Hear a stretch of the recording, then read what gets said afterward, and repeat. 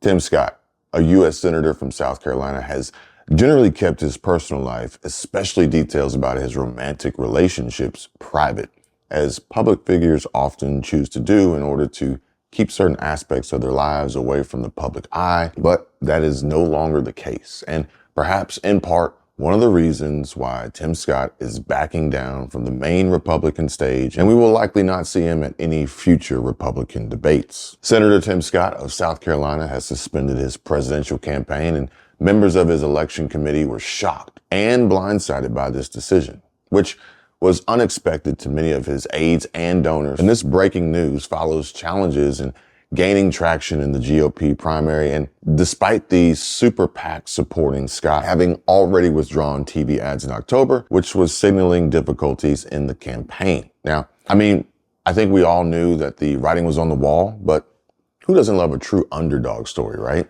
But the biggest bombshell dropped here might have been the latest confession by the South Carolina senator about his girlfriend, Mindy, a tall, slender, white, blonde woman who, quite frankly, the black voters, especially the same black female voters we discussed in yesterday's video, and their importance for support of Black Vice President Kamala Harris. And yeah, maybe these black South Carolinian voters just weren't ready for that bomb to be dropped on them of old Timmy boy clapping them cheeks and smashing Mindy with the good hair. So, after the third GOP debate, Senator Tim Scott revealed his long-term girlfriend, Mindy Nose, an interior designer and mother of three from Charleston, South Carolina, and thus ending speculation and inquiries about his relationship status. Scott, who has maintained privacy regarding his personal life, confirmed dating Nose for about a year, and unlike other Republican contenders like Ron DeSantis or Nikki Haley or Vivek Ramaswamy, who have been public with their spouses, Scott had faced questions about his unmarried status. Fun fact, overall, there have only been 9 single or unmarried presidents in U.S. history, but some were widowers to begin with or became widowers in office. Grover Cleveland and James Buchanan were the only true bachelors to be elected president. And I don't think America was looking for Tim Scott to make number 10. Single presidents have been a rarity in U.S. history. James Buchanan, the 15th president, served from 1857 to 1861 as the only lifelong bachelor president. This status was particularly notable given the societal expectations of the time and added a unique element to his presidential legacy. Grover Cleveland, on the other hand, stirred public and media interest with his marriage to Frances Folsom. This significant age gap between them, whereas Cleveland was 49 years old and Frances was just 21, made the event even more intriguing. Frances became the youngest first lady in U.S. history. Their wedding in the White House's Blue Room was a major event, drawing national attention and extensive media coverage. Adding to the intrigue, there were expectations that Cleveland might marry Frances's mother after she became a widow, but he ended up marrying Frances instead. Shocking turn of events there. Now, besides all that, I'm not saying that this is what killed Scott's chances of becoming president, but I'm willing to bet the farm that this news didn't help. His relationship status on Tinder or Christian Singles may have had an impact, but before they made the official announcement to the world, Tim had previously mentioned dating a lovely Christian girl, but remained discreet about her identity. Scott met Nose through a mutual friend from church and expressed a desire not to involve her in his campaign unless they planned to marry. So, yeah, about that. So I guess she knows where she stands, right? Seems like a relatively smart and strategic move on his part, but leading up to this point, Scott's efforts had been focused on Iowa, really, with hopes of gaining ground in the first GOP nominating contest. However, his campaign faced hurdles in qualifying for debates and achieving notable debate performances. And apparently, by withdrawing now, Scott avoids a potentially poor showing in Iowa and keeps open the possibility for future political endeavors without directly confronting Donald Trump, should Trump become the nominee. And let's face it, folks, the reality is we all know who's going to become the Republican nominee, right?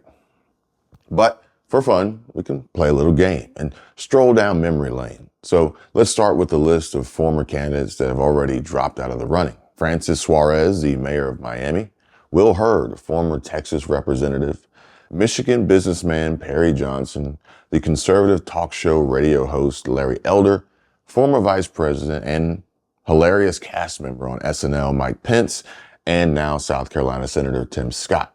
So that just leaves North Dakota Governor Doug Burgum, Chris Christie, the former governor of New Jersey, the tech entrepreneur, author, and near billionaire wealthy businessman Vivek Ramaswamy, Nikki Haley, a former South Carolina governor. Next, a man who goes by many names, the governor of the great state of Florida, Ron DeSantis, and currently the leader of the polls, successfully running a campaign from inside various federal courtrooms, none other than former President of the United States of America, Donald J. Trump. But just out of curiosity, who do you think is going to become the Republican nominee? Let me know down in the comments, and feel free to let me know who you think will be the running mate and selected to hold down the #2 spot of vice president. And with that being said, Tim Scott has decided not to endorse any other Republican candidates and has ruled out accepting a vice presidential nomination. Reports state his campaign initially started strong, backed by significant funding and an optimistic message. However, it struggled with visibility and impact among GOP voters. Scott's campaign strategy included a focus on Iowa and more aggressive criticism of opponents and President Biden, but it failed to gain the needed momentum. As a prominent Black Republican, Scott often addressed racial issues, suggesting America's progress beyond its historical struggles with racism, and his campaign also emphasized his Christian faith and conservative stances on issues like abortion. And one excerpt that I read this morning stated, Tim ran an optimistic, hopeful message, but that's not where the Republican base is right now. And this is what a GOP official who supported Scott told CNN. Now, Scott also said, I ran for president to be president. And he also added, I think I was called to run. I was not called to win, but I certainly was called to run. Be that as it may, Scott began his political career in 1995.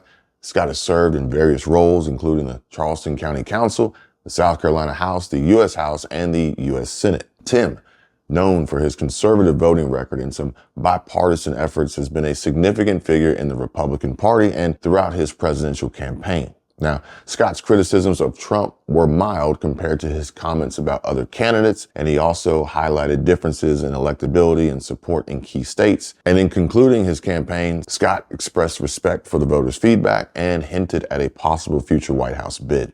But this is pretty much all she wrote for the 2024 election, so long, Tim Scott. Thank you guys for watching. If you liked this video, hit the thumbs up. And if you didn't, you can hit the thumbs down. It's free to subscribe, and I've been told on numerous occasions that YouTube is unsubscribing viewers without them knowing, so just double check. And make sure that if you had subscribed before, that you're still a subscriber now. And a big thank you to all the members. Join for members-only videos and exclusive content, or if you just want to help and support the channel.